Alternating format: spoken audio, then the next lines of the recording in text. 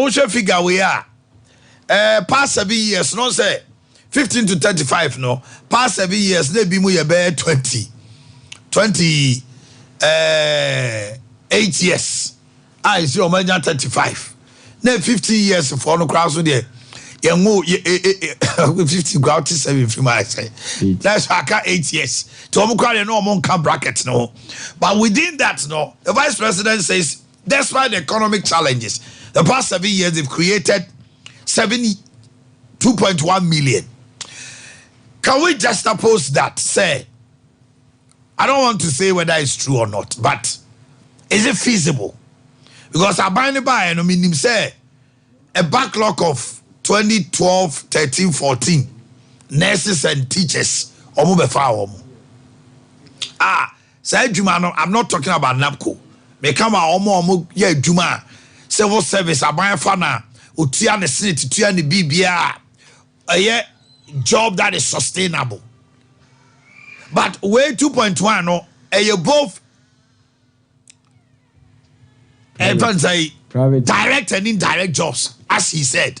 Private sector how do they do the calculation?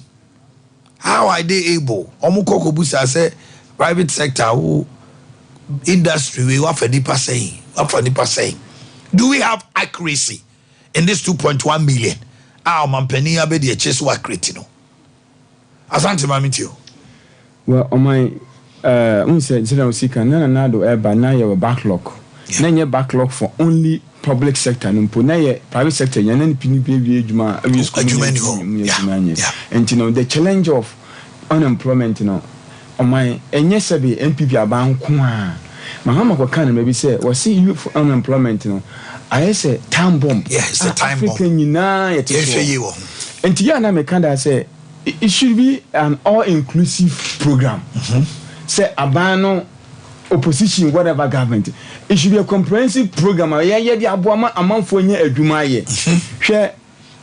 Say statistics as of last quarter, that's 2023 no, from September to December no, yes, and October to December no.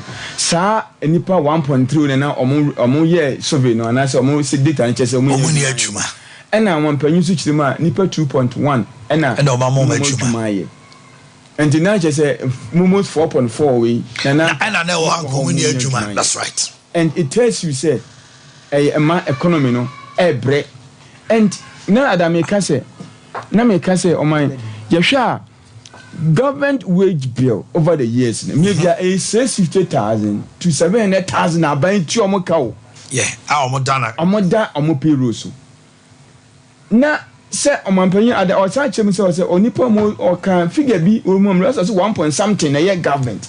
Tell me a question, say, 1 point something now, what can? Doesn't mean any person says to Nina, I retire during that state of time. I'm a next uncle for a year, Dumanana. And then na me maintain maybe I say we need put 1.2 now marketing for public sector no. Any na ye wa existing 650 and say be retire, be resign, be kwan, be wu. Ni nyina no say 50% kwa wutu kwan whatever na de be kan o man no nipa aban ne mpro mo ye do ye say. Ti na me kasa one dey me na me ntiase. But bright because the former president left the unemployment rate at 8.5. You say yes, and now it's 14.7, which means it's on the high. And then I make say, okay. Oh my, mama ni komo brasis ya. Mene nana oye bampo. Ejo train komo. Nana oye bampo ye mwachiano pay. Beba cha umpom to say. Pacha ye mehuye. Ye no badi ase. And policy dialogue no adaroma Omanhene Dada John Dramani Mahama wo Eastern region ye ne friend policy dialogue obetima chire mu kakra but I see say adwumade ani so ne what it intends to achieve. Mpacho yo megase mechia mutiepo samukaya flag bearer John Dramani Mahama Oko regions ni nyina emsaka Greater Accra oye listening tour. That's right. Oko ye no region by region no. Oni former labor force share. Oni hairdressers, artisans, market women and men. Stakeholders are more Ghana baby share. Omo church no omo drink efa socio-economic development ewo Ghana. Efa omo asetnemu ewo Ghana.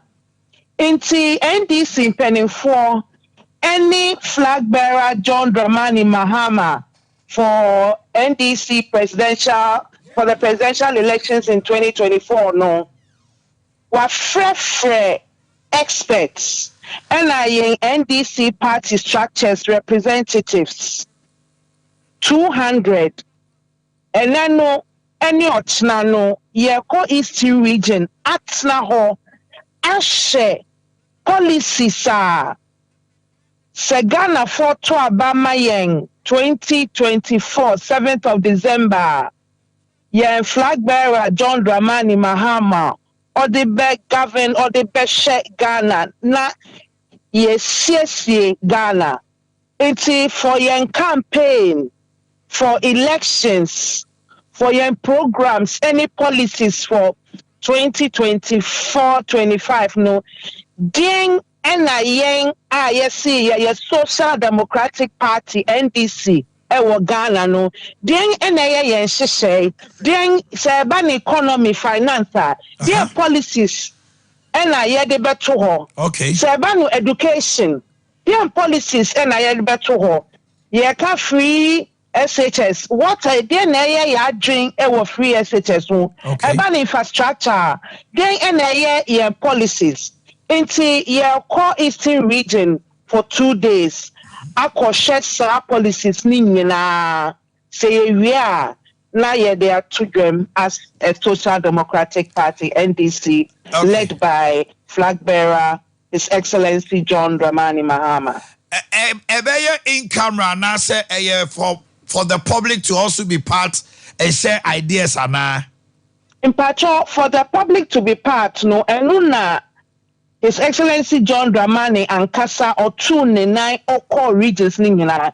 Inti yensaka reports ningina region bia okay proposals stakeholders only one meeting no omakaye no ya trotro ningina inti ye hwe ningina priority policies ya sha ebetumi aboa se wo kai so Abotai Kesiaga, His Excellency John Dramani Mahama, any 24-hour economy. No, that's right. It's a no so no yakoshe akawasem ye na ya de aba edwem. Okay. Na ya disseminate say policies no and NDC led by John Dramani Mahama ye de beto Ghana for enim. Na ya say me to asia San Comodino Didino all the 16 regions so moko yen fine tuning. Na Makasi ni say TUC for omo hawnie adwadifo hawnie we mo hawnie we so na yen so fi e de ka ho a ebetimi abu oman na ma Ghana for because so say building the Ghana we all want. Yes. Okay. Now let's just say after 2 days no now ebi amode communicate be Bible ntama Ghana for hu se mu hia no epo we na mabo amobese mu dibu oman no mpatrai Matuase exactly at that Matuase enti meja mo na makodi djuma no na mpacho ye be free ma ba bia amama ya so ate be da se abepa okay na oye bampo kane na oye leta na motisia ne twetwe nkomo no asante na okasa na afemi nkokwamra ho na omampanya be de jire kan say unemployment the quote about Kubia during the recent vision was so far we have created in the private sector and public sector 2.1 million jobs. That's right. 950,000 by the private sector and 1.2 million by the public sector. Dynamic say 1.2 million jobs no market for public sector. I don't say no wa ehwehwe so kakra. I don't know whether some could be allowances, some ABI. And it's now ABI permanent work. Yes. ABI permanent and non-permanent. Indirect, whatever. Yes. Yeah. I say, the course to be a na yen chirimu. Ye chirimu na to yasuma ye kasa chirimu. It's a boama among force to meet us. And dynamic as a job creation. No, over the years, no, come I say, almost channel with the man for Jumaya and say, what we school, work out teacher. What we school, wako nursing, when you nurse, when you teacher, wako police, wako soldier. Sa sectors and I said this avenues when you know. If you want for the whole year, cry, 100,000. 50,000 public sector. In the Abasana, there is always a backlog of people who are going to get jobs. Going forward, any other sector, then a banner you found. Is it going to increase intake of the police, fire service, military, nurses? Meanwhile, that foreigners are expertise in the area of even security. Ghana Nibia Kwabrichira. What you konya army muko kwashe in somewhere. Ade na yentimi nye deliberate plan policy bi. Ne mfa ye mabunu ngwura musa because football for instance. Ebo mabunu ko amanani omunya bibo ema oman no oman ni nyaso mfaso ema bobo ma blacks ema mpo ma unemployment problem ni omutimi try timi esoboma. Enti no going for say government no ye share that deliberate policy. Say obi go police nipa say na eko soldier nipa say fire service migration all these areas, these sectors, we know, my yeah, who say over the years, traditional means of employing young crop for why say me co police, me co soldier, me co military. Because I know say never. Every year be 1,500. I can I can say agriculture and I hear the bay no. On my any person I form poultry for instance, on my say ye me poultry, nkwa betinya fenipa. More than 100,000. And the meme can say, the more traditional way, no, almost every time. Why going forward, poultry. Me the main agriculture, make poultry in Kwa. A bit of a more than 200,000. You call even rice production. And more say, more, and Kwa, mine. And more, call bit of a more than 200,000. And this year, your policies, near your programs are. We no, omo the be say ya because lip service all the time. Cosmetics. And who say papers no work about who on the ground sir. Who feel it. Ever say na ma who ka we a that to train the person. Man for that. Asa kwabra ma minti na Canada we are na meni akasa. Boss Ade na Ghana for ya na ye ho sa. Ade ye ho say. O man no mu nipa no a ya ankasa ye te o man no mu no. And planning for now politically, a crash or Monsano. They are not being fair to us. A quite be brave, some planning for a dear Nimuna dear Yamo totally. Typical example, MPB. Boss, may can say, Yabrain is some Mamma quick. Share me, I'm a Tehasi, boss. Saudi, I would want it to look at Krebis, I say, oh, Kokuma, would a man can't have for Koran, Wakasi be a Mifra Fontina, made a whole castle. What the young two cars see no Persibia ye Kokumahu near Hay and Sabunkum and the Sanifa. Sam couldn't tell ye cry ye boom. And Kayadian Kebetimia Kosrom and Nipe Benya Jumayan, a pan bonkum in Nifakate. Ura, and Sassy. Ura. Nyadua, bet me the aye, more bet me the aye. Ghana and net had na yanka into the rate at which unemployment never cost a back kosra.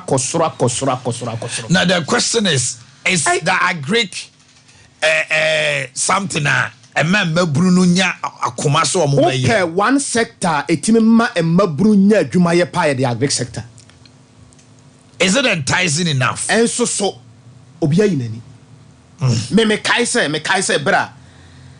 MPP are by now more by some more catcher Ghana. May they be any American. But I won't my figure say no, I decided you read the budget. Uba can rakusi Ghana for be Brentiasia. So the figure say Babon Tisia. Ghana, you know what if you're not Bosomia Swan, one year into the bottom. Some figures were reflecting to until they walk on. Unemployment na ye kan ho asa no so run poverty if you reality if you rent as one years can unemployment on one two case any some figures where we go to know. Shema bunu pa ti Ghana ha obunya adwuma nye. Shema Ghana mabunu pa wo de yemfa nurses for nko a. Wo de yemfa no 2000 kra eba. Hwen konta pa enipa tifi obunya adwuma nye ye. But ya babon tie be kotu ya kire yen say mamin kotu bi kra wampo hase. So go to it's very bad. Mahama personal must say 8.5 accepted. 8.5 accepted.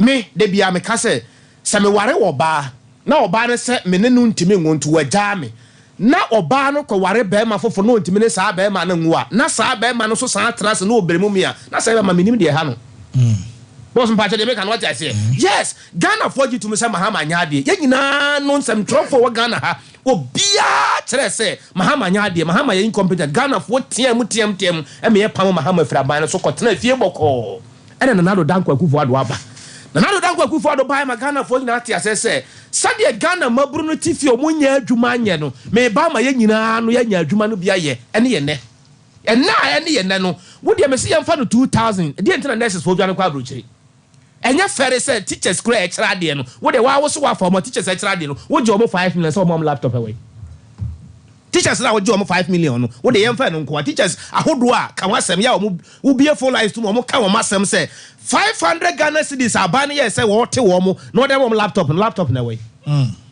hwede ntina teachers bi wo post no ko ba bi on person obeko and the ntina nurses bebre edwane akọ kokonfo no che na ko nurses adwane akọ abrochire ko south ko he nurses akọ abrochire enti sa when employment no ebe kosura na nya fere nya ya enya awero ho se wo de wo si wa bie nyuma fine nyuma na wa bie no wo de yankọ from Zoom lion for kwa wontimi nti o maka nyuma no bie no wo he Zoom lion for kwa no mutikrom ha no wontimi nti o maka nyuma no bie no wo he Dr. Mahmoud Ba omia na MPP aban musi mo bie adwuma fine it's accepted mo bie adwuma na why online digitization no Uber no ni ba do say ko da nim fom o mutimi order Uber all right boss ni ba do say na nim fom kura o mutimi order Uber enyuma na wo bie na why Ghana maburu both formal informal direct and indirect private jobs oh boss aden Ghana boni be na yaye kwara man fonsia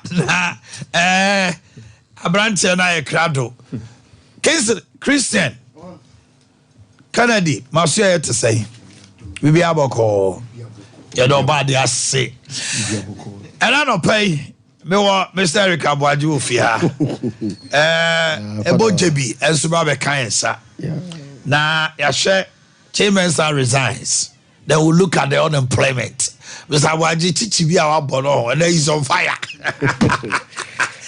okay but we don't pay Christian Kennedy did tasa yemfa akonya we so na yemfa nchakese mo bibiara nyame wadom na ode ena chew na ohwe Sompa TV yenso a yeti radio no Sompa FM 93.1 na omaiti nya akonya se ya na yepese magana mani asantemani wiase manyina te ase se de Kennedy digital satellite yaba magana mani asantemani wiase manyina se niema be manipa akoma atomuyem eniema be mafie ye nika be mafie ye nigye ya niema we friend home appliances ene na Kennedy digital satellite ya fato say ye be manema we bua ye fo se ne be ya Ghana ma santemani wiaseman obia benya abotoyemu o manenema na make can no o de bia metresa me see home appliances abeka ye nda setena ho a o ma ye ntimi nyimfia babo na yebum enti e bi ti se television Ghana ha o man obia hia TV Ghana man o man e bi ti se fridge Ghana man mu ho etino o man obia hia fridge o man e se de wiase ma ya hye na no kwa bi ma bi dingo ma se minia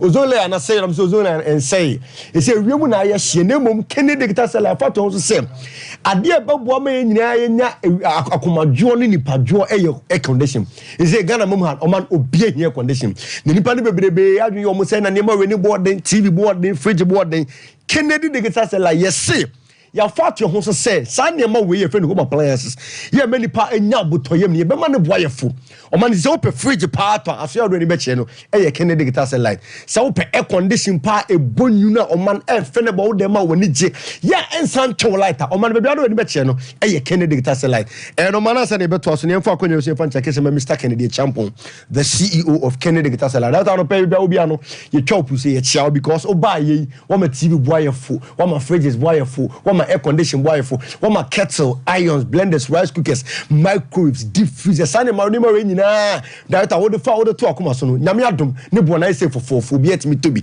enam Kennedy nti ano pe da to be obi ano wo nyame sha no ma say the Ghana man me see obi ahia rice cooker o man sane ma we na Kennedy digital la ye tonton ya enti de bia ye so na be TV so ne ye catch Ghana man asantemani wiase man nyina say upe fridge at all man Kennedy upe air conditioner to abra Kennedy aso ye upe stabilizers upe deep freezers business open tane me ahodo ni nyina bia to man bia ado ni be chen Kennedy ahwe obi so per ceiling fan obi so per standing fan obi so per air condition obi so per gas cooker obi so per popcorn machine kura man dia koye adwuma aso ado ni be chen no Kennedy digital satellite o man ye wie the price nyina be tudwa TV boy de be tudwa say be ya oba be boa ho say Ghana ha ampake ne ye ne de buofo o man the air condition bo be tudwa the fridges ne ma we nyina ye de bo be tudwa o man the numbers e di dwane ba bia wo bia person ne Kennedy digital satellite din kita ho bia ye numbers ne di tudwa me sere ofre o ye tonton TVs ye tonton fridges ye tonton air conditions ye tonton kettles ye tonton irons ye tonton blenders o man ye we nyina ne de adwuma be tato say na ko bia be nya adwuma ye wo Ghana mamu ha o man na Kennedy ye tell say the fufu pounding machine o man to open fufu pounding machine bia to de adwuma aso do ni be chen Kennedy aso ye open popcorn machine e de adwuma na so etimi obobra o man bra Kennedy aso ne be tobi na so bu say ampa me ba Kennedy aso be to air condition me be to fufu pounding machine me be to stabilizer me be to kettle me be to iron me be to popcorn machine me be to washing machine na mpamo de ne na ne bo fo Ghana ha na sano na sai papa enti na be say di tudwan open ne ma bi nyina atom sew telephone number ne ni nkita ho Obani number sene 0244 0244 385 128 0244 385 128 It me so baby I will be on telephone number in a free na phrase is here na nese de wi masi ayi Mr. Kennedy say and me fa air condition won tuga no man me tie me to challenge mo bibia wo take Kennedy say yes sir was all by a so hono mo beto man na challenge ne say brand be share the price of our items be her TV bo be her fridge bo be her air condition bo be her kettle be her washing machine be her gas cooker be her ovens o man be her sane mo nya be deep freezers ahodo from 100 liters to 900 liters o man fufu ande machine brand be heavy popcorn machine brand be heavy na mu wi a wo de me say ye ne man entoy de ja ho ne ko kwa bontin ne ko busa prices ni bi no man ne company na busa ampa Kennedy ye betena say ne man na ne bo ofu ne sai papa no sem no kreto no o man ye ka obi so pedicoda pa de TV so ne say we nya problem o pedicoda de o pe bia no de o be say recharge ma kwa wo bi na be say recharge ma o ba say on ma be recharge ma kama o pe de fit to any nyina o ma ba Kennedy say ya de ko de bia o pe bia de be he ball de o be he telenovela so ma de be Champions League bia be bia no o ma pedicoda o ba Kennedy say ma o ma bi nya bi no ma nya me adom ne de condition ni bo tu dwatie me say air condition ni bo ne de tu dwa no o ma ye so me ni nyina awia busa Ghana man say adenti no bi ro bi dem na air condition bo o se ni passport no we scale na say eni pe ni be bra bi o mo say air condition board ni da bi o ba Kennedy say ya air condition ni bo fo air condition o ma Ghana mo bi ade 3700 o ba Kennedy digital seller say o man air condition 1.5 horsepower Kennedy digital seller ya de 2950 Ghana cedi per yes, you say 2,950 Ghana cedi per. Nemo only a brand new price. Never in some na can. We are competing compare price. No, we say and some Kennedy Bacon. A seminar and create to do because air condition 1.5 horsepower. Almost be at 3,008, 3,007, 3,009. Kennedy, you say your bomb will be at to be air condition 1.5 horsepower. Yeah, over to your papa. O man and Sancho light. Kennedy digital satellite. Yeah, you 2,950 Ghana cedi. You say, man, Ghana will be here fridge because if you might be a pies water, will be a no you be chef fridge. Or man, a draw quiet on the new idea can chef fridge. And Tinamia do Mr. Kennedy, see the view of fridge wonderful. Upe table top double door. Open the freezer and was thrown fridge no form. Or man, open deep freezer, hold free type will be up here. Over Kennedy, as your man, you be on my wonderful for. Name table top fridge in your man, Ghana will be at 1,600. Mr. Kennedy, see and table so be to be. Kennedy digital affair ya de 1,299 Ghana cedi per e bonafu na wo be tu bia koton ba na ye besa tewo so na ye TV na wo pe ene na what de na mi so Mr. Kennedy ye see e TV pa na wo pe e fridge pa na wo pe e air condition na wo pe de o man bi ba ko pe na do be kire e Kennedy digital seller o man 32 inches television na wo pe 40 inches television wo pe 43 inches o man wo pe 50 inches wo pe 65 wo pe 98 inches wo pe 70 inches wo pe 65 inches o man ba Kennedy so ya brand biata bi opebiano e bi honum na mom 32 inches na Ghana ho bi ade 1,200 no o man ba Kennedy digital seller so ya de 929 Ghana cedi per e say fo unya go be bia ade say Kennedy digital seller o man ye no be say do tu bia no fa number na phrase here ne nikita ho bia o ya ba adwumani a ye wie ne ro de abeto so o ye government official o ye politician o man o ye DC o ye MP o ye minister ye wie ne so ro de abeto so o man dem me number say tu bia no fa telephone number na phrase here number say 0244 385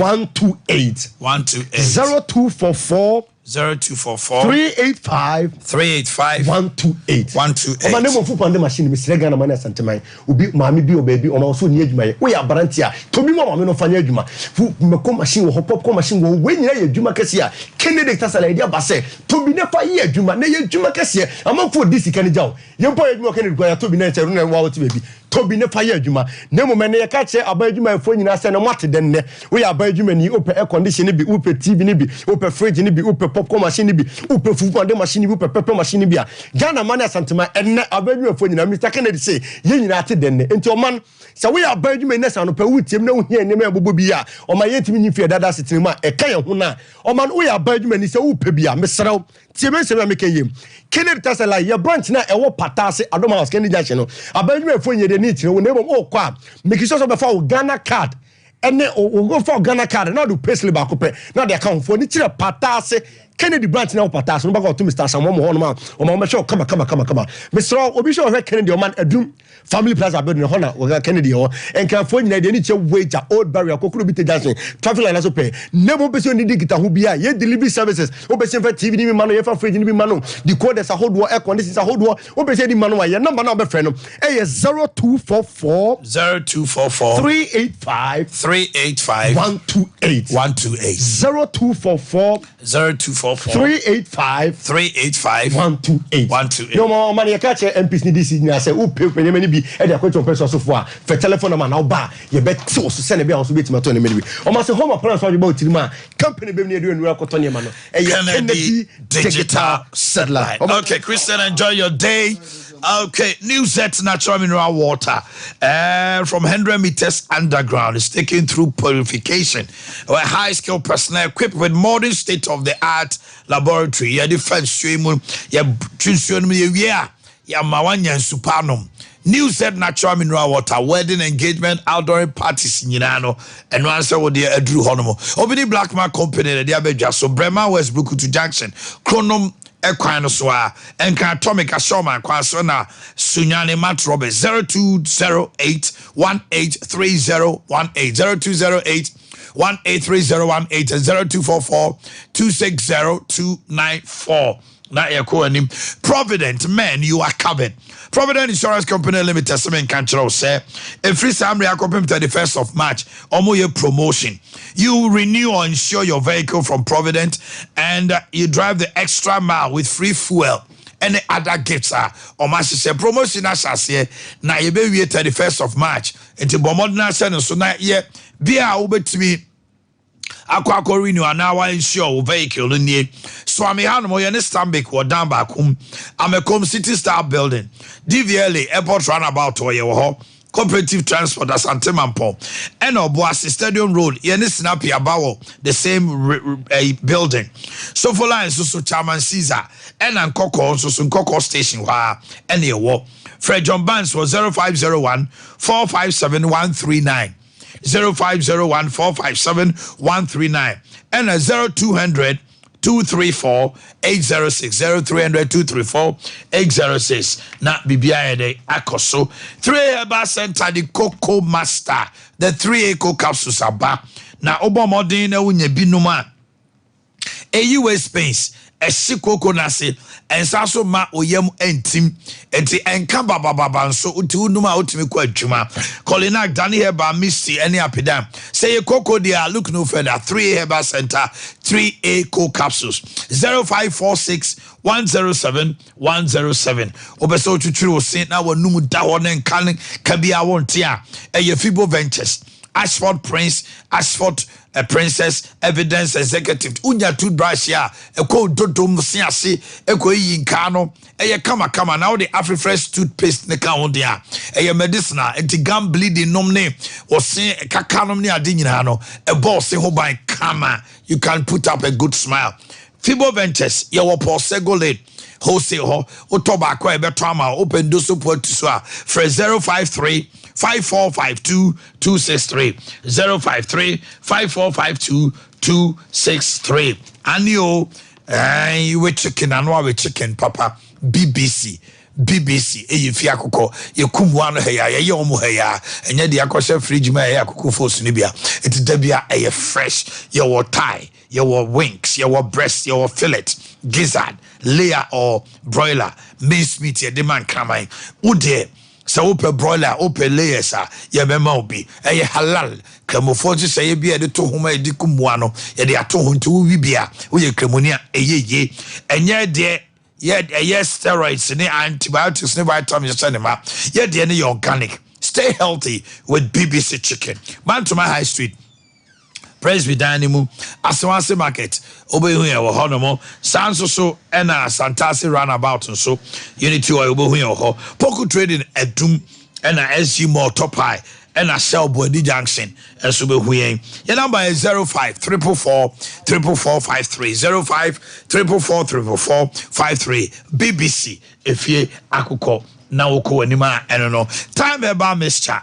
Oh, Bomodena, etidi na adokro, and near my baby cosu nipedim, Onama yoboho, Ukoto Jeki kabom, malaria fever, papa, loss of appetite, and no so much about so te udidia, ultimate D, general bodily pace, and koyesa. Near the time HH makes us swaba, immune system support and the general well being, a ball home by power. Freya 0244 417 0244-417-669. Na anope dimpa natural health atenase. Dr. Atenase say they are not also yem shishino, na also pemriketu, na also pebebi afa.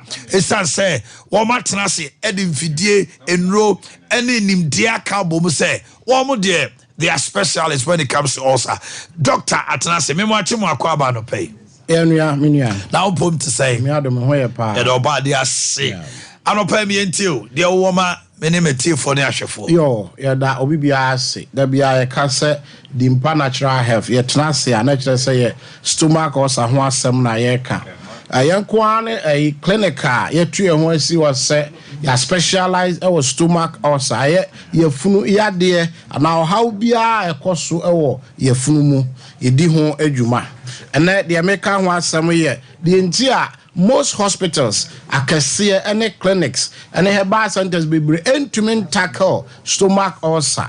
There was several reasons. The edika inaccurate diagnosis. Okay. The only part of the brain clinics be omun to mean diagnose case no ye. The omun who the crop how nipa bebre fra was it makwa ye huna de krokra mimpo ene atumi aso ano de amame. Oba dimpa so ya e wokumase di chamso e betumi ahu ade kro a esie se nye stomach ulcer na ya de foforo a ye wanu yi e be ka kiro. Okay. Se stomach ulcer e be som ya ye ho adwuma e de ama won. All right. Okay. My evening come over here. Hello, good morning. Morning. Now what to say? Yanko pa dumo. Yo. My entio usu ko dimpa de na esie. Ko dimpa na me wo sa. Na me ko ya na me tiachi ni na me kire no me ka kire ne se me bo ano e ya me ya e no ma me duro e na me be no me ya me bo ano no ajai afa na me ya mu nso to me ntimi fa aduane ntumi ya e no nso o ma me duro no e no nso me no me ya mu se ye ajo me form me ntipensi bia afa me ko kata so a and na pa e friend na se me da there's a 1 hour plan me ntimi ndabi ti ade ba ti na me nyina ya me ya me ko ya me kan nyina kire no o ma me duro eno nso ne me dan ye ba me kumu pra me nte me ti me da pa e dan ya we ase si a no obo ano no ne na ne nyina no utimi da obo ano no so ko me bo ano no so ko me yam nso age me se from to chene to na me ti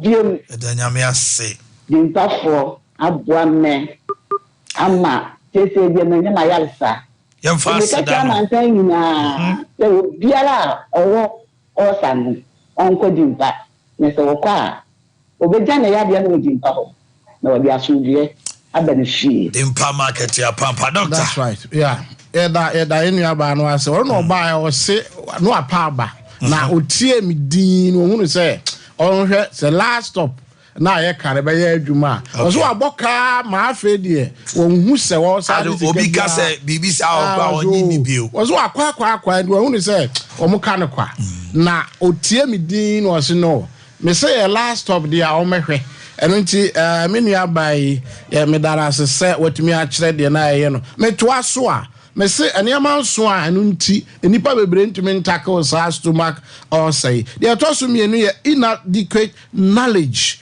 about the disease nipa bebre ni hu nimde yie ade no hu nimde ye untumi nya ema enye yie eno nti ye di mpafo ya ye ho adwuma for 8 years concentration eno nti ye nim de ye ka ye te de ye ya ase afei de nti anipa bebre ntimi mfight sa ya de ye stomach ulcer aye hidden symptoms ene ma bebre asie nipa na ne ma esi ni wonhunu seye won say ka obi ni mi stomach ulcer de eye woyam ana wobo eno nti ohun what ni tina ya ne ya no na chile tutu no why do you say be 6 years ago accident bi onya ya na ma na chie ne ya oba ye de afidie be ya hwehwemu ne am wahu de esi say accident no aye behu say stomach ulcer no a ye be so ma wachi no a eya wo ya te say de bibia bu no ni ba bebre why exams bebre test bebre CT scan MRI yes oni problem e woni tiri no mu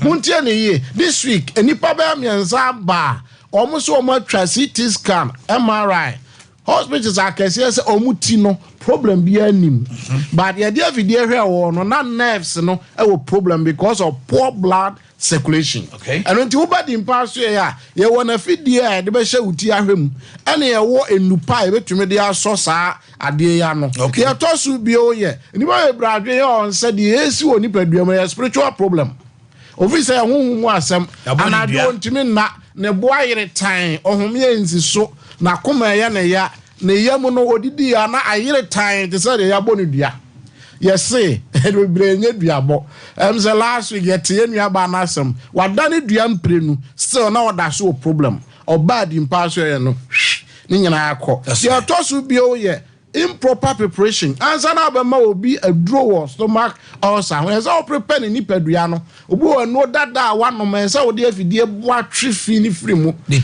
o wa detox no eno no me da ase obi o wonom ana oni good blood circulation say wo de afidie boa na moja flow ye woni ni padua mu e circulation nu mu na nuro no fa akọ eni say oni good circulation o ma na duro a enko ba bia wo pe no that is why I bed in pass. Toxic crowd. Yes. Now a problem for fraud. That's right. Mine is saying what being just say. And the man had you man oh yeah chana will be room. So the empire be with stomach or Zahimuno. So I was with you my dear na what be womu. The tosun last but one. A year powerless medication. You only pay brain no the mano and fat. Ubi man draw away no man obi no add that draw so may say.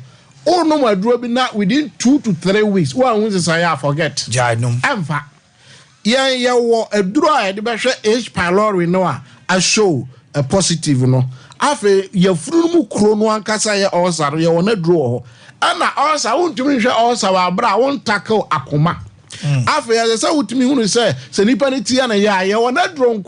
Also, no one echo obiti. You would tipai and it to the muya would do. Na wani subru na untumi na ye wona dro ho ane ye wo wachi se wachi ya wo ya ye wo de ye de hwe e wo ho ansa na obi ya mu timu a ye wo de ye de hwe obi so wo sakure ama na ye mu na sabe ehwie ba bia na mo ba bia yen ya dwuma no no enti ebetumi aye ho adwuma de etwa to okra ye as say wo mani pa na dro na wo hu de oasis AC no as say wutumi hu niam bia oya ebesa de aba eno gina dimba for ye say what 10 commandments to stomach ulcer treatment dako yebesa be bobo so bio ba sa ne man so we nti ana nipa bebre entumi solve stomach ulcer ya de no dimba for ye wo kumase di chem so nipa bebre say hospitals and clinics no mo kwa o mo nto pani no ye say for now reason ba ku nti a ye mia be branches bebre eno no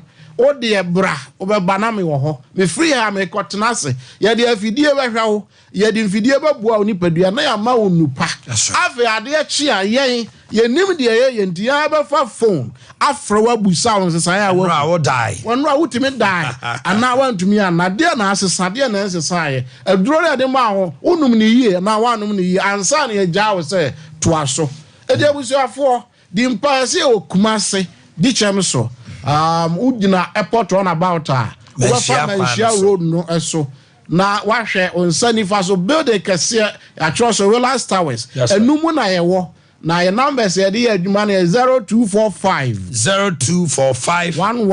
11 84 34 0245 11 84 34 na 0246 744 744 744 and until the day no ABC no the ya kan nyina na say yen and yatu ehun asi was say stomach ulcer and the related challenges in there we be related challenges and so ne say ulcer no oma ononko ama oba na nkrofo bi di na chi Omanhene tu nan I say back vocals no babies okwa o team a ono mo ye adwuma a onim wo mo gi wo mo die say we mu wani we betima ye we gina ha adwuma no eye neat na also so ye fokin oba oni ama odi nam odi ni tipa ye nam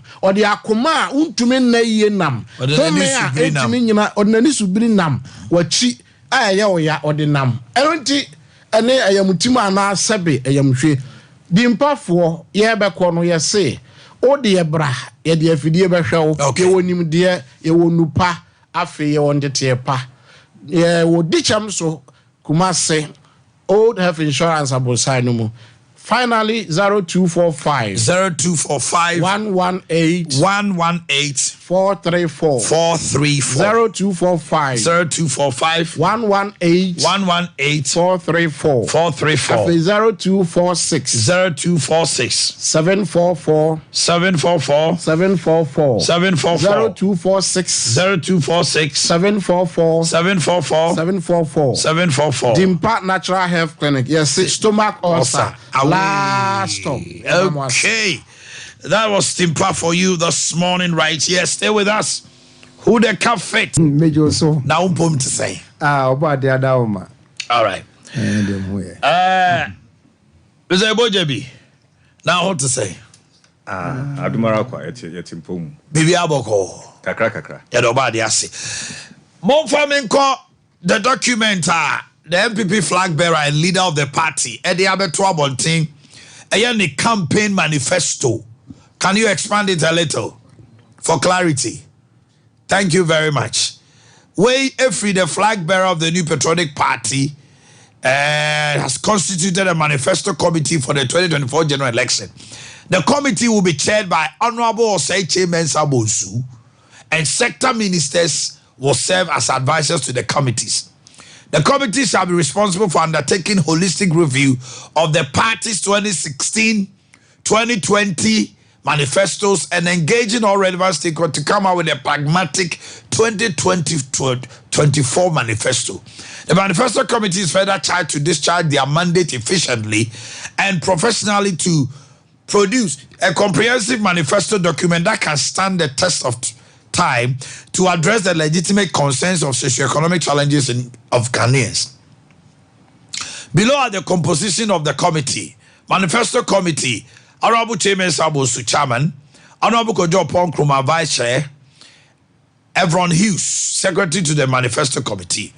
Committee coordinators, Professor Kokwa Pietu, Dr. Isaac Owusu Mensah, Subcommittee chairs, Esibe Ebua, in charge of economy, Tony Otinjesi, trade and industry, Kojon Safuapoku, energy and petroleum, William Opombio, agriculture, Augustine Blay, communication and digitalization, Gideon Boakye, lands, minerals and natural resources. Ministerial portfolio ni HN1. Do you bring your mind to it, Mr. Waji? As a ministerial portfolio ni HO. Dr. Emmanuel Mafo, MP of Orikrom, Wankobio. He is in charge of science, technology, innovation, and environment. Maxwell Opokwa Jimai, Edro, Obekaino, Director, Ghana Law School, Legal and Governance. Justina Marigold, Local Government. Okay, move on. Move on. Go to the next one. Oh my goodness. And say, there is another. Yes. Engineer Kwabene Japan highlight it well. Housing and infrastructure. Kwabene Japan. Hassan Tampuli, transport. Edward Asumeni, security. Michael Okwe Jr., foreign affairs. Asamoah Jan, youth and sports. Juliet Asante, tourism, culture and creative arts. Amasewa, gender. Kofi Jamezi, chieftaincy, religious affairs and civil society. Dr. Ayu Afriye, health. Dr. Prince Hamid Amma, education. The flag bearer counts on the cooperation of all stakeholders while we seek an historic victory in the 2024 presidential parliamentary. Signed, Dennis Miracles Abuaji, Director of Communications for the MPP campaign team. We are listed here. Ya come here say about me as we are in ministers in Poewi. Mr. Eric Abuaji, but Mr. Say free ho. The resignation of Honorable Chairman Sabosu and the Manifesto committee. Now for the unemployment. Government transition, professor says 1.3 million are unemployed. Dr. Baumia says in 7 years, government has created 2.1 direct and indirect employment. Yes, just say free chairman's resignation. Anyway. You need the kind me de Nasia Kese Bema Terawan Media. Terawan Media. That's right. Sompa TV4. Say one more frame you no pay. Say ya medwene omampa Ghana ho na Masai Akye Abia ba Lydia Fashion Lydia oni okuno e mare mfiefe abonya ho enafi also the Lydia ho ai if you abonya so the Lydia omo dom me beda Lydia Fashion Premier Hotels madam was makaje so omo komra bi ye hia om okay na fe me ne me masma me achi na yewura mensa bonsu resignation abo me boka kra abobo na menyi ni se nsemo a esisi party ni mu no ebeba abeduru senia abeduru ama bema enne party obi di nsa no twra ade a ne jesene ni abrepa na ono kra na se me kasa ye putupuru abo me boa abo me boa ne so no me die na on hwehwe se beduru ko betro ofie dia good na o start ye say na oni o mayim na niema bi esisi na on person bear the storm the eye of the storm enough to tell Bajuma Bia say all is not well sasa na waka no mbese suntudua ne beba na mo mani se fa me so asem wo ho na wo hwe obi a na daje ne mretenten ne mranti brim ne bibia mu odiasom party from 1997 to date ene Ghana crowd between akase oni backbench ene o mampani kra ene ko parliament but no more of years on odi o mampani yeah on backbench na wo hwe senia NDC agigi backbench so de na beduro na wo hwe we no mu ye meeting no fa pen no tro say mejai ayi ni beba ni momu no onio intimidate me kofia na e read volumes okay so the cataclysmic is a large scale violence when American large scale I don't want to be a part of the cataclysmic yes nature said there no and shed danye a storm in a teacup no happening with every part I know shit but I didn't know shit a big tsunami if I'm you can use that word tsunami be funny pa afa bibia ti me pese me na sa de me fa so ye ne wo chire a ye mre ne manyina a wo shi party no well na also be say won say are you safe in these circumstances so entino ma yemfa no tra say papa no ko na ayre ho ndupon kase tutu ewo parliament ewo party num look at enema bi aja omo mpese e beka nso edika se Mahama asa 2020 no di president 4 years na Nana Akufo-Addo abedi president 4 years eno omo de kofe so na wo hwe baby Mahama free ni baby obedru after the 2020 elections force a odeba eni gina yenso yepesi ye gina DBT no na party no to say 8 months 9 months to election ni ehunu baby aye kodia yentumi try and say all is well yes papa ibro for wo yusu amemne mfi ode pen tro eni ne ma asisi nachi anase be na wotwe mu kura na ewo chire de aka ho asan bobaba na wotwe na so yusu sa word no a na tu say eni ma ase mompemi ama me kombe nsemu sisi officer by niema wa tro no ne wo kenkan a ohun so I am embittered kakra ho onye embittered say krachi ni a wono nim send administration obedadwene ho ayansa na wo take any action na so the pen tro we di mamo at the meeting na wo be use sa word ya wo bodi ni kira say ya the eye of the storm ne say boba mpesemena we be fa na be ade ne se ne sitie no ebeye catastrophe kase pa si party no ono so ka as leader of government business, as minister in charge of parliamentary affairs, and now we resign as majority leader. Na wajida ho abra ye ho akire ye ne parliament ya pai atimi ama government budget ni niam nyina koso abepem ne that's what the pain a CP paso yes what tapo say enima bia by instant am watch side na be kanye majority obekanye say all is well. Me oboy fianko wa mete yi oboy fianko me ni say sa na wo say ba na say sanso na tie Afenyo Markin is a majority leader. Anodom Pre deputy. Habib is now the chief and Patricia PJ as deputy. Senior pressman the bar first no.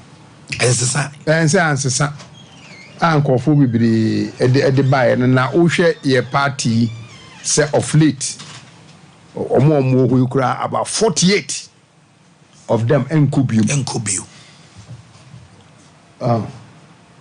Na womo da ho te parliament wo na parliament ya obrofo mu use kwa mbese mu use bi yemde bi sa pai ya to da me ama pai ya na adwense ye future no wo he aye bedi obi te seche mensa bozu ho agroma ode amemene mfe ajai de pen na ye esi paper so atro de ama party for enti ye besre say baby obi ewu no obi na enema bia ekoso ntempa ya no ye momod na ye mpene pomasibre na sese emika se mi bedu studio hai na wo ka kire me nti ama bopimo bese wajima me musa we omampani tu anamo bi nchebia this is oyibe dionu 24 dionu 9 afrio MPs omo ka se omo nkobio no omo nyina omo lusu omo portfolio as deputy ministers ministers by now who the chambers are come ho they are just say omo nkobio ni nyina have you omo de omo baaye no so no omo ye MPs a omo kwa akopere adwa. Can they execute the job? Because omobenya divided attention. And can MP onko bio there, no ye minister there. And go ni bibia bio so obey government business. But I buy no so say omun to me muano mane execute because the will to do certain things no nipa no onko parliament bio oye ni minister onko parliament. And yes that time na nke betimi aboa no kra ma watima ye adwuma because onko pre adwa won the constituency. What's my working? What's the one I can? Won't church the moon out there by ya. I saw man penny, see, or more man could be MPs or moon could be union. Oma Lusu or ministerial portfolio, Kokwajima menu, calling team crowd who could lose it on the way out. Deputy Minister be Lusu the city be our unity. ministers are more munko biwa or ye MP no so wajinedwa ebi mo fi say nka omo munko bio no obi say chairman sa o maso ame campaign say oba be yenti obenya divided attention ti koye majority leader and can concentration be more. Officer said the decision of the president it could be yes or no.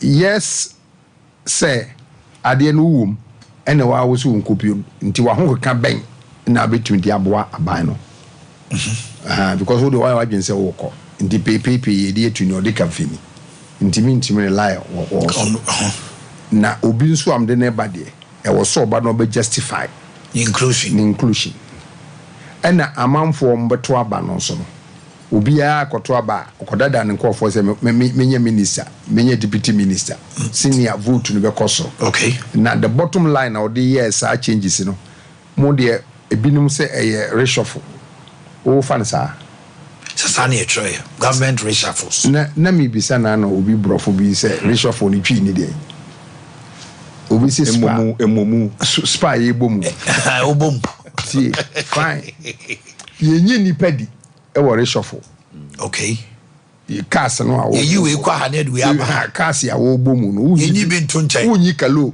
nto and we sacking wom good nti na reshuffle no reshuffle and dismissal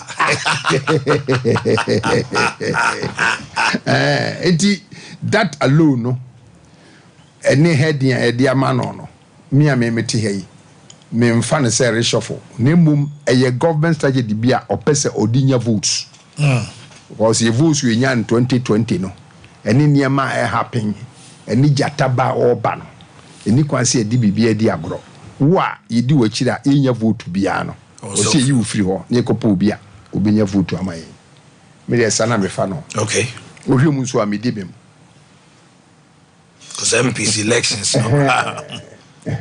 ohwemu nso me dey mgidi se medi bem so far no what na se hwa MPP enipa be 48 enne be kan 49 to 50 omunko bio edie bentia ebinsi in annals of political history da obi di 5 billion ekope MP adi obi di MP wase me hwe di media mempe nti wa me de bia me ba me se me de me nka me bia me wo me chechire mu chire wa na wafa ho adwene se die ben na ba chechire de chechire die ben amase a ama tumpaya na ne enye ba akonye mienu nya miensa aduonu ni achire including the head of government business the longest serving the royals wa hodia na obi akoni da so obeye ye friend say president mate running mate dabi so o ye car mate now well to we on we president teammate ni dear baby teammate do odi a chair dey mate spare Dabi yere to no so be vice president so no be president say vice president no kudi and on the no diverse meet nti ye ni enim say minsa bontukura no obeye vice president okay now all of a sudden be mass smashing more the pen and paper so crash penny actual brofo aminti bida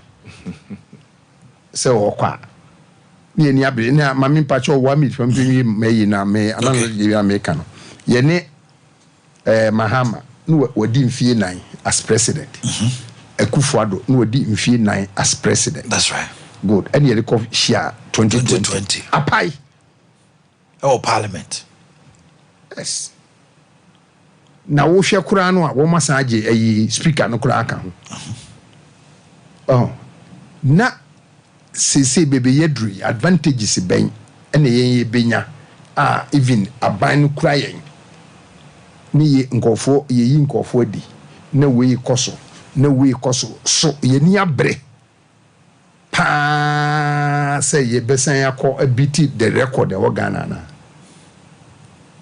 nti so ko chro sa abrofo no a me de mesre se ne awusi chire mu no Ghana ni bia amfa na adwene nkọ na party no a ye ne ye de ho asi ho a ye do party no mfi adwene nkọ ni ye nhwe ekwane ye befa so a ye din kanya bi beba na se ne niema akuru obi wo edem ho a oyi UAC krachi o shedem abeka kire wachima wo abontin se niema eboboba ne brofo nyesa na kire eboboba pesa wajime ba on che Mami ko ebo je ebo. Yes, say yes buy.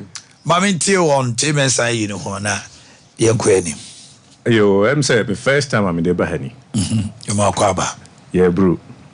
Na party politics there. Na nkama yesa nka me nka bi mu. Say when you 2020. Me ko as an independent candidate. That's right.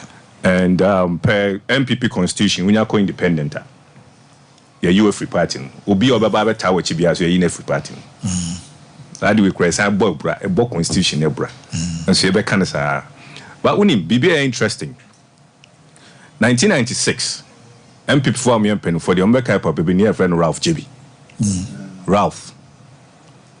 Alex Ralph JB. We are no research. No who baby assembly boba. Okay. They would give you no an and party politics, sab mafia way a womb. What you say? Me papa no. You had to be here no 1996. Now who could see constituency cry? The Abu Boba any they can't come over a bay or three. The Udiana no an ucha. And think away there will be fiasem. Me bembu ye. I said, being a commentator, you comment on it issues. Me feel say, Omo was strategy, and the Omo you know, just Omo babi chim. Aye, say chairman Sabunsu, or say agenda to break the 8 no. That's right. And you know, ebi Omo shia you know, Omo toto no man Omo sha. A kwan say na so the faso enti no so omo ama ya antiase say te say de na wo ka say bia misa na ka say abuaje na ka say omo luso omo seat na bi omo aho boaboa be kofom enti wo ma omo ba na obetimi akoton ama ne constituency for say ye be me minister may say any ohwe your friend saying manifesto makeup na me tietche no unse ye body na me first time me huni o ye body na mesre because me individuals be won on a personal level and I mean how strategic they are they me che no enti no won't mean ka say de omo ye na ye mogo ebi omo na isi bibi so na ye ne ye hu okay enti ye na ye gina chain de be nse bia omo gu ye hunu ensuo no ana ye hunu aba no but omo timu ni de ebi omo hunu de ye hunu okay one of them eche no enti omo because MPP nye party ketwa since the formation of it any omo history kra no ombe jija no musa okay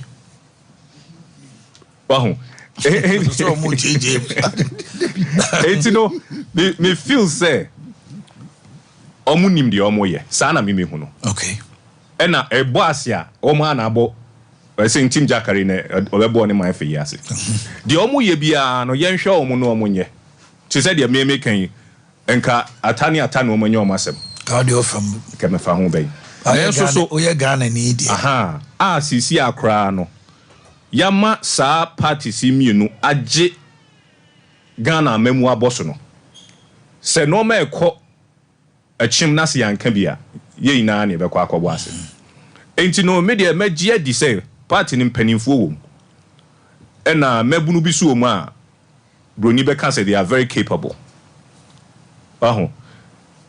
enti no papa you are reason ya no pay me bana mitie mom say Fija Seche North and MP.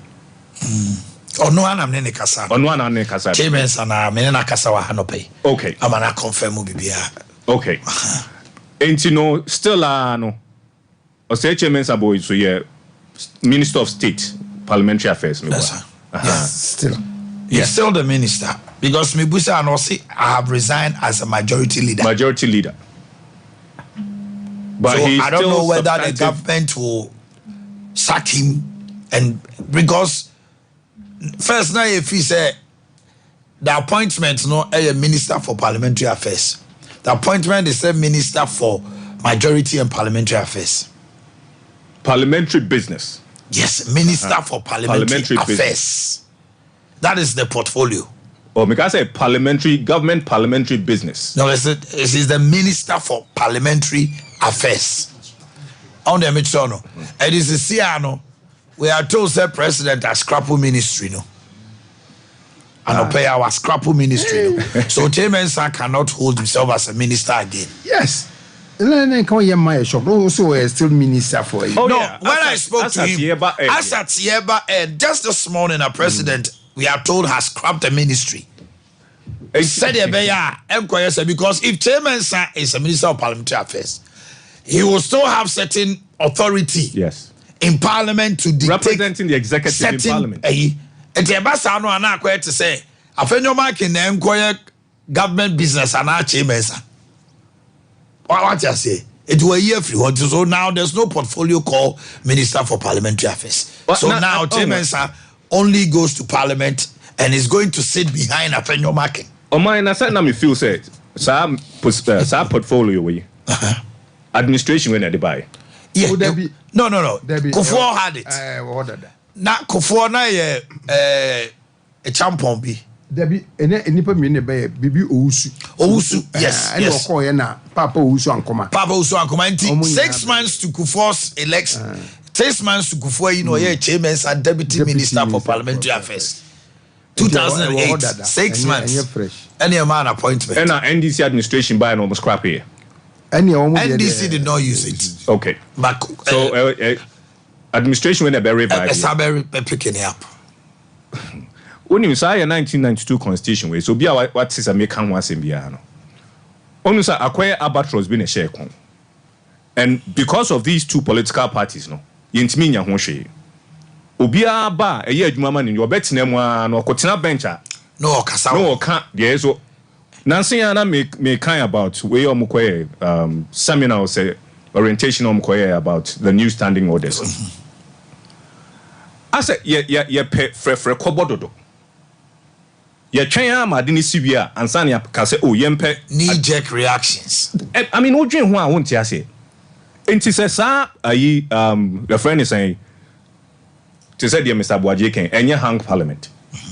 So, Ubia and Huaboy and fan friend, or say a pie. And no one see no, but in your reality, no. I say, sir, I grow ya ye dino. Oh my, you're with Yakro, I'm on tears you. Sir, political systems, yeah, so much in India. You're sorry, I need a Chinese Basa, a waste a sika hono. Ye and tears ye. Yet Tiasia and car. You bet share all possible situations. Near Tnasia. Ya can say a drum pen so say ya. Ye be buafa. It drew her, you be buff. Yen chain my uncle drew her to say the okay, knee jack. One be boko to ya, we and they. Well, near about. Oh, ain't you not say a near brace or mine, ye betchira. Ye. All right. Mommy, and you are drinking the war. Statistical Service, a year they are to about employment. The former president has said in one of his statements that we are sitting on a time bomb. A lot of people, security experts say, the youth unemployed in this country, it's who say, a chain even bomb BIB so better. Dr. Mahmoud Bawumia in his vision said, government within 7 years has created 2.1 million indirect and direct jobs. Abayano to Professor Benson ran or say about 1 point from 2023 November December statistics show say 1.3 million youth between ages employable 18 to 35 no now unemployment rate no from 2016 it was about 8.5 now it's 14.7. How do you juxtapose Omanhene Abedi Achire Kasa anyway? Jobs, any employment, a dance. Okay. And jobs, wait me electrician. Ubenya job will be your babe. For 2 months. A job. But Ghana for who is how? A job. But employment no. Me statistical service. There be I na me question no more. Me my statistics. Me a financial statistical analyst. Okay. Star Banner Omude establish these numbers. Okay. Star Banner they establish these numbers. Where you sorry are not to say they're making your cover democracy, yenchiasi near ye. Who call baby to say UK? Omu portals and now centers are enyuma ba yidi kogu anyway enti and a public knowledge enye so we bebo ne de 10 e buy we see 15 e buy na ye twe ho manso no ubetumi ehunu eden ya nipa de mfom so ye ho percentage kakra bi back off but ubetumi justify say enyuma say ene ye create statistical service akwan ben no de fa so e ka say nipa say na ye unemployed obi o ye adwuma magazine wo friend employed and unemployed I raised that issue. So say at what point in time now be cast away ya fa na dwuma na fa na dwuma ko obi a whole year na dwuma no wa ye dwuma pa o enso ye capture no government payroll so then I on tax. So how do you conclude then now in komo na ni ko di here style ben na odi hu sa de no oh enti no ma bi o ho ya ye mfifi mu kakra na ehu ye Ghana has say the informal sector and the driver Ghana ye nananom ne ye maame mu omo tekeje tia market agbobloshi hwan omo that's the engine of this economy but ye per book sem too much so say ye mpese ye behu sa market system no kra tia ase ye nana afia ko bi ayi no say ye to Kumasi move for be 1 week or say visa you know na won ni Kumasi na omu ni asante mem no na omu te baby the brony economics yes omu be ku economy no na am say kra na kohwe business are a thrive because of that funeral cry no where statistical service that event no obi atimi quantify how much was generated for the local economics media dey be amika economics you see all things being equal enya book mu de na Adam Smith catch ya ono kro ka wie no say all things being equal na say ye no share that na say echo bi yes the whole week now we cover why na a share that na say think tank bill say economic forum bill say even the ministry bi ena aka say eye no during that period yeah I didn't know most countries one person who host Olympics. Mami 1 minute. Me wa Mr. Usuke Jawa man so Mr. Keja me watching. Hello Mr. Keja on pom to say. Okay. Wadaroma, Ghana's unemployment rate hits 14.7%. About 1.3 million of employable age, you know, one more and near Jumaye. But you chire saying yo me da say and we ekma ba kwa so mention for na na ma so ni akonya to me ko tam so no what idea ba kwa apart from all the other conducting censuses and other survey programs now this program no starting January 22 and at Super FY every quarter labor statistics, employment, unemployment, and other labor statistics. And no of 2023 data and another unit. Then now about 14.7% of the population 15 years and older unemployed. Now in Chimwa, yes, over population 15 years and older now. Yeah, well, if you more at the time, and there will be one so Saponia, a Saponia back, and maybe a while with Yan Obey, and so Aponia Bian ho, now the money ho, and you know, Almost entry more yes, about 1.8 million now which you and now you wanted almost yes, you cut them outside the labor force. And you want to say one night go school. Go school. And you know, the grab it that way and have the obey. Or for retirement, it's as well do this so independent so you know, Obasa was woman on yes. South for no, young woman can put the way home. The mom a one na sabi one more ayo magin say the Obasa egmabi a year Omobeye Nanso Ibisa anyhow. Okay. About 1.8 million now. Mira Keja, wada Romao.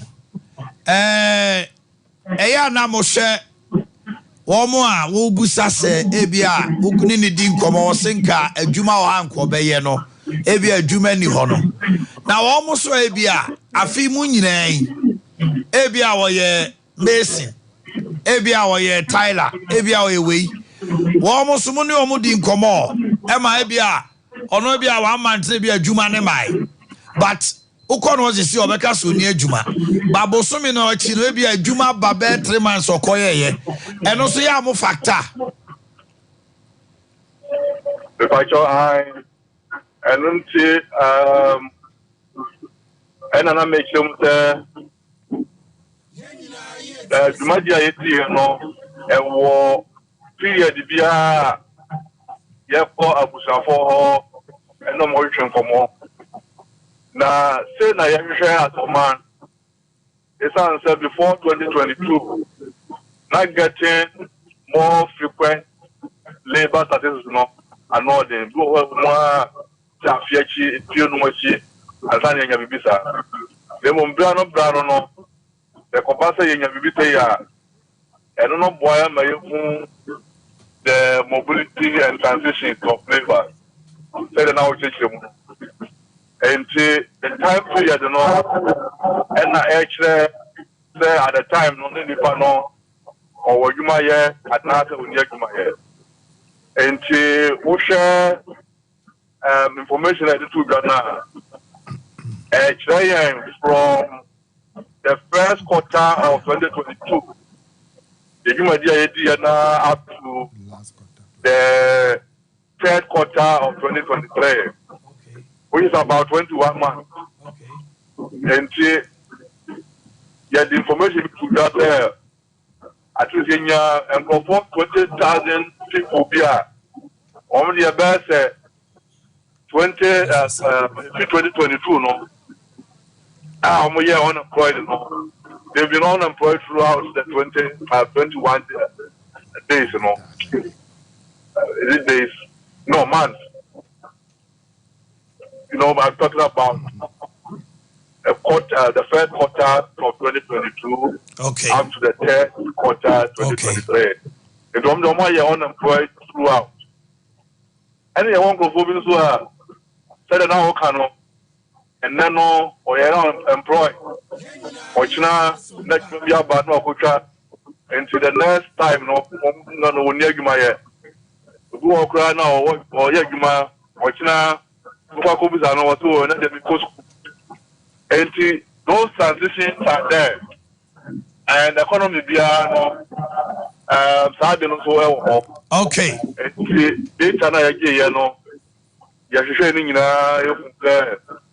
we ni paro do ten and ye employed Esa Kejane tene kan pacho mo anu si na menti kakra fi mi sabacho na me ne Dr. Mensa Mtwaso ma menti o me dem feel say to say they na obisani methodology be on the air and you can statistics are we share Ghana CCI population size I say you did 30.8 in buy no at your near for so what you say into yeah sampling statistics are untimi near close to 2 years into year over year we be say Oh, no, maybe 21 months. Exactly. Almost 2 years. You don't. I mean, me. They make can't say. I didn't see be suya. A man for a young baby. Well, whoop so suya a year prequa where they. Was it? See, who do you want to choose? Well, now say you bear a half fast sadia. Not any AI day. Oh, yen share economy very, very, very well. Here, to say the American, or him ye. Oh, Bessine. Ye say think tanko, say economic forum view, to quantify the statistics for Lankasa to say. Vietnam may refer to. I didn't in the countries be and cities to cry. Or more praise say umbe hosti Olympics, any conferences, any activities nina. Because at the economic activity, ebaho emeskabaho. By the time I umbe Boakye stadium, any hotel ne normal ebeye nano. Return on being free one. Obi husaba. Oh, 18 mumien say economics no ye a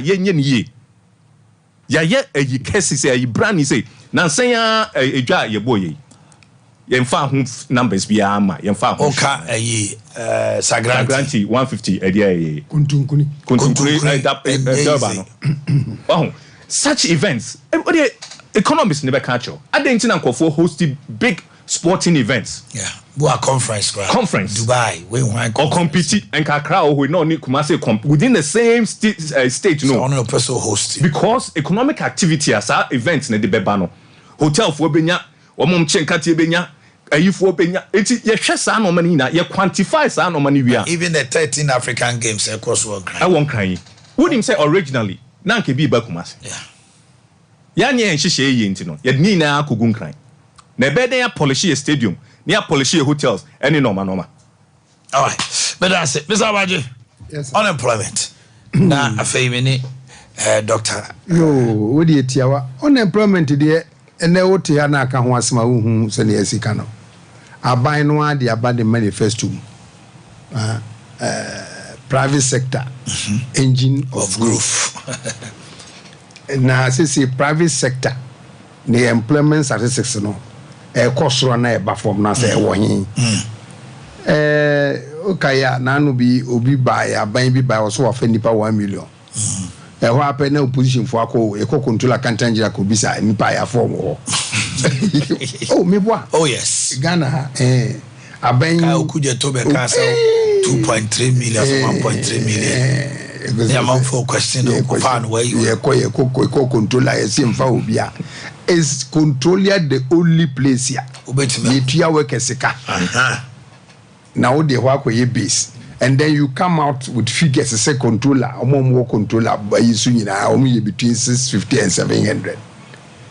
In the country, you have about 13 million employable people. And the end of the can order to Yampian Musani at here and then watch the wagon. Emma, the Minister of Finance, Bekan say Ghana government payroll for. Yeah. Students at university in Achim by sea, Quack, in Genoa Casa. More kind of Safuman for say government payroll is full. 20 million. Oh, now then I'm going to find him. Chese, me buana. No crap. Enti se wenu mu keke kan we ni trutu wenu group ayi mu abodo gusu ania akawa woni abono akoso bi na akawa. Mr. Watching on the reality. Adwuma sem Ghana to say. It's as hard as anything. Look at the figures of employable youth free even your tertiary institutions iba. Every year. Ye ko form we. Omo be san ko even secondary school omo ntumi nto aso omo be san ka chiri. Eni omo nko school ayi hu om. And now will be our coffin or fund by dear or mufri is sitting about now. I say how more door a boy, or mu ye a juma, and now moon yejuma. Yem penning for our muku for Macofan for more ya, or mutifia for the apart for discussion at task of service in the full call Edman as on yejuma. Mate phone, and young baby in this service and there are more a lot of explanations. Yeah, I was so more deba.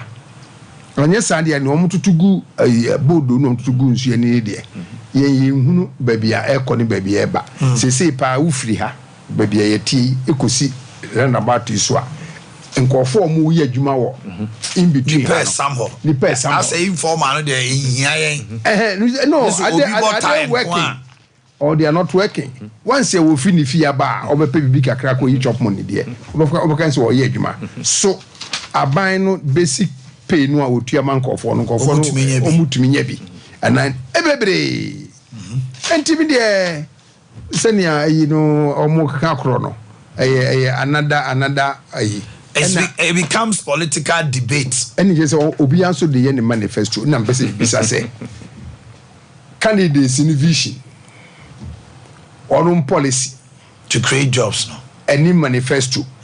Do he na champion? Do he na osi ejidi? Kasi abu do ntutu kuzi no. Mba mi vision ni. Mi policy any. Na manifesto nsuni. Do hin na yemfa ne say wo begina so abu o man no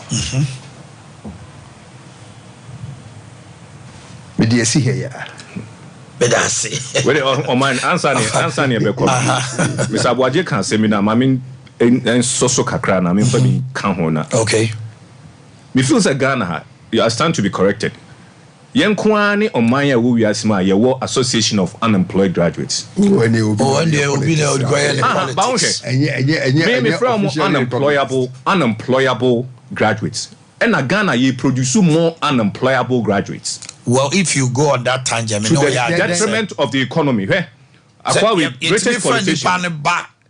Yet a ten also ofana adwuma enye. Sanity. Yeah, education system na Kosi Broni di Jain and one are still a Krum. Omukra almost a sound medium. Here Nigel Farage, a British politician. That may share the video be or say Omo educate the British people. And yes, Omo need degrees. Oh, she said, yes, Ghana Korebia, na Ghana ni babia pedigree, no akobo masters account. But the contribution to the economy, no, a nail. Because your program will be say, say would degree now the koye juma will be office. And so koye juma bank, and so koye ban juma. Shame mo fra bi ko school. That me koye no menika. O ma me o school. And then it be a directors, they own their businesses. Because we school no or was backing no. E man the share juma say. All right. Okay, but 1 minute. If academia is not sinking from the same page with industry. Yeah. Okay. Madam Pennyfua say, Dr. Mensa, Ewa Hanomo, and people like Dr. Mensa Mono Efa and Crawford, our branches be a dunum. I just say branch be alcohol, Obo Nipa bia 10 kranoa. Then say Dr. Mensa for Nipa almost 150 to 200. Bro. Oh my baby, I'm not measure for 480. 480. 480. Man to be out to Yomoka. Yomoka man to be your records in now or Honomo. 480. It will be a Senate, it will be a January. Be a kama. Enti COVID time no. And I hear BBFN redundancy. And ye need 215 edi. Wow. COVID time. Ni na records or Honomo. I know crowd Jomo Kwai. I na sisi na drop wa mark nipa 43 across Ghana. Yes. They just doing business in Ghana today. I know it. Serious. Pa ya na me pay because wo na utimu de wo ye adwuma. Also be out baby no ka say I will adwuma o my Ghana adwuma obi a ni nipa until 2024 80. Na just say almost 440 and every Jumani. Yes. To almost so many baby uncle. Yeah. E odi ono so alfa na Jumamo no so samre na no or you want my word dependency. I shen crofo. Tinipa 400 cra. Enyasem ketwa. To be to baby na okasa o man more there. O man na on the face keke. Samen farms and when nipa na no 34. Samen e phone na wa you know. Wow. For now, farm no any hobby. Enti a serious. For him fidi etintim no ne ade. Look, you didn't come on. Oh my, me enko say media me bibidro ni. Apart from bibia na nchen no, omo nim Dr. Mensa pa nim say CSC and Kotia have buying fancy nipa yale de.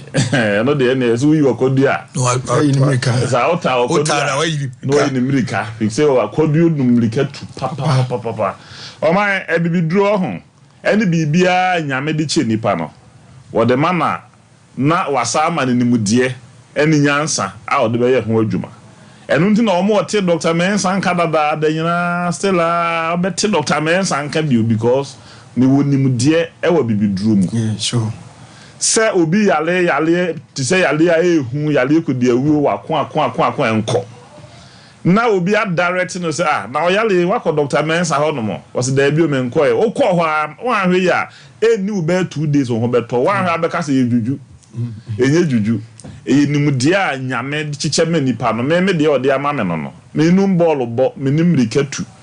Na me nso me nye teacher ni ame kira de o blackboard so me de ne say yenko wura mu nkofa haban fansa yale de nyame adom so say nimude no e wo ho o man na nse ade bi abeka ho a wo mo a o mo fa o mo hudie no e dooso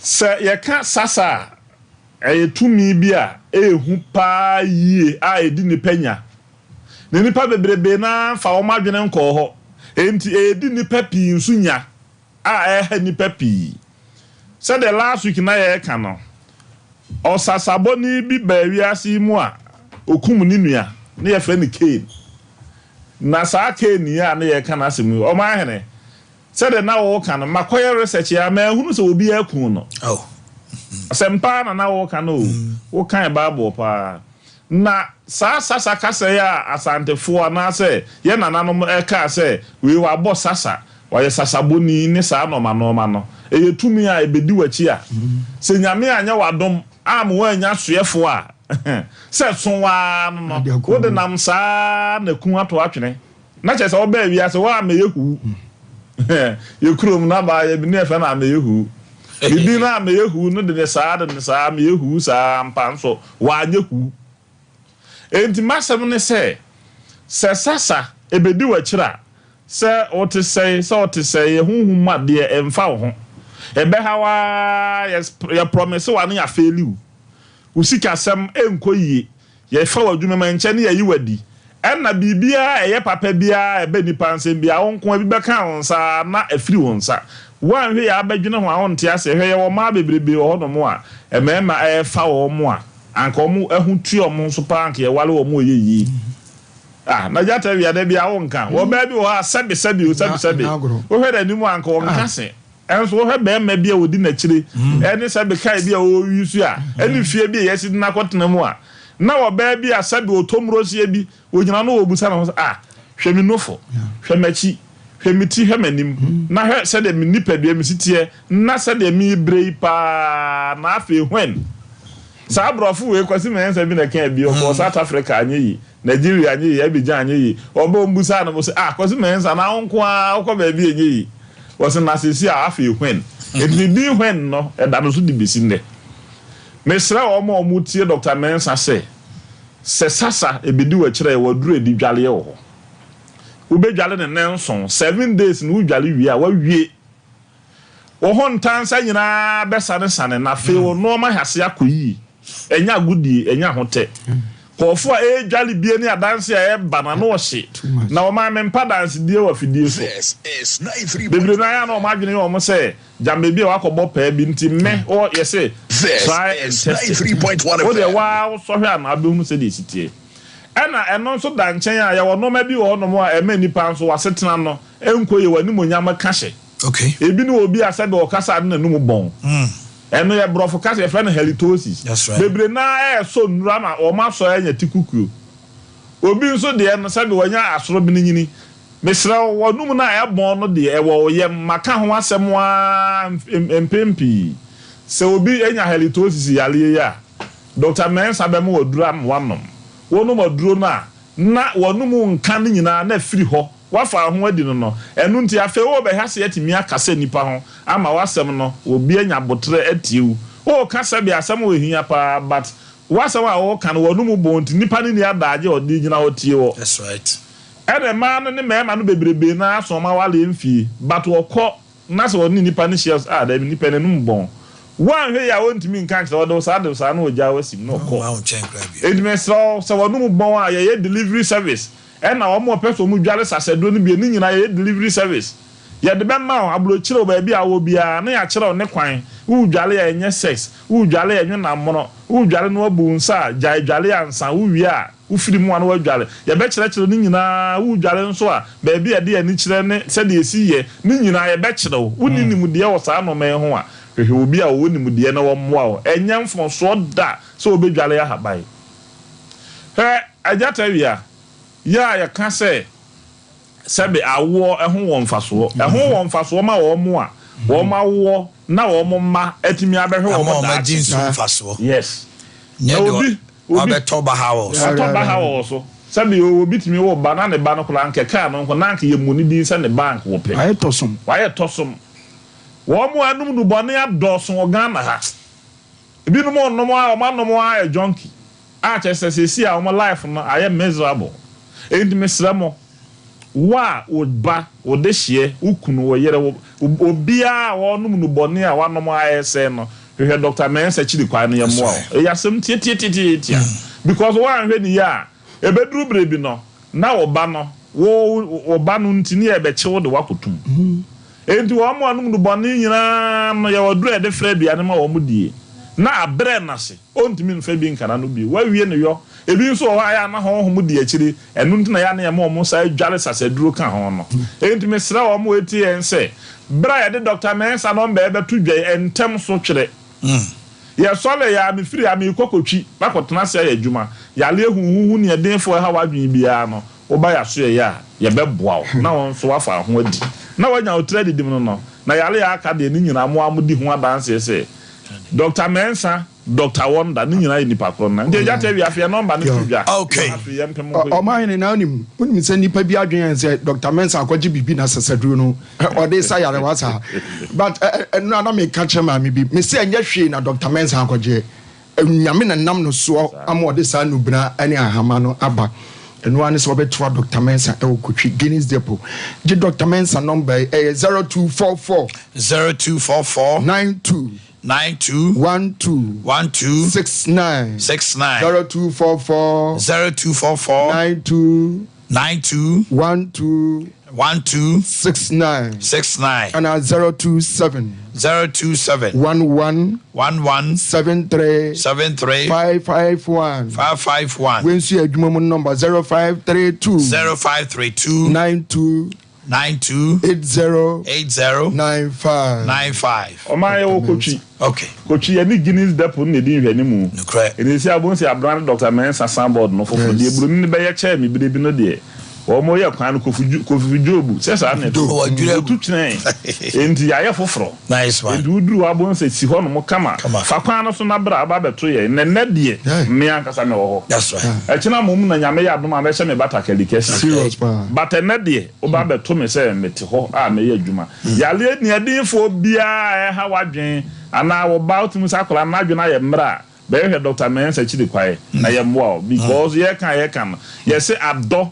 eti abasem so enye obi okotena mu ache na ye kan asem obi a ye kasa abdo a maami bia na ye fe maami dankwa wo fa bade de bi ne kovu avede o hwe ni o se da bia banti onu adua na mane dia na otimi do yi be se do hwini mi no na chidi fata wa do kama afi abrante o ka chen se maami dankwa wuru de ntra mitimi do sa no me no ba be da wutimi potome and ni di ya fa na wa potome di besi ne on se nda o ma mama no mami wa potome ne besi Mensa ho asem enti mesremo ye ka Dr. Mensa asem no sabe ye nka ne sa se e ya hote binti ne ye ka dwuma anyame na me so ma metimi die e wo haba asem ne ya bibiduro mu eni sa odehye bi ana se unua bi ukunu bi uyire bi ama wakoduru baabi a ensese wodura wo de Dr. Mensa he ba kene yale aka nyina de me nhye da nka ho asem bio because mo akasa mo tie ne mo amorhe TV so ni mu say Dr. Mensa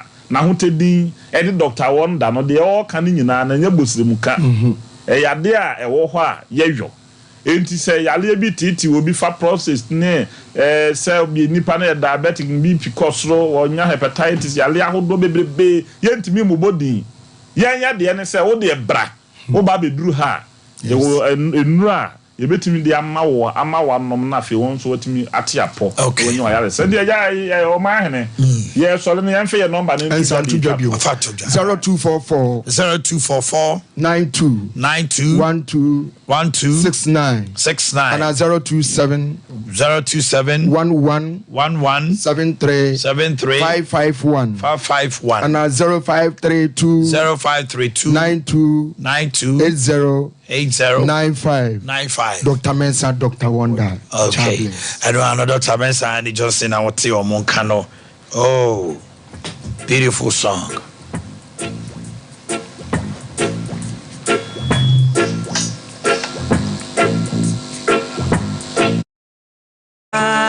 Dear, Emma Akye Abia, Sompa, dear, Sassiso, and many dear. Sompa FM, Sompa TV, Akye Abia, Sompa, dear, Emma Akye. Chimwa fidi ene to Sompa FM and TV nebema weni jie ene Akye Abia nebema weni jio sabra boy mo dadwini dinatre osuna udi ewnya nebema weni jie Akye Abia so kamu Akye Abia papa wa fidi ene to Sompa FM and TV why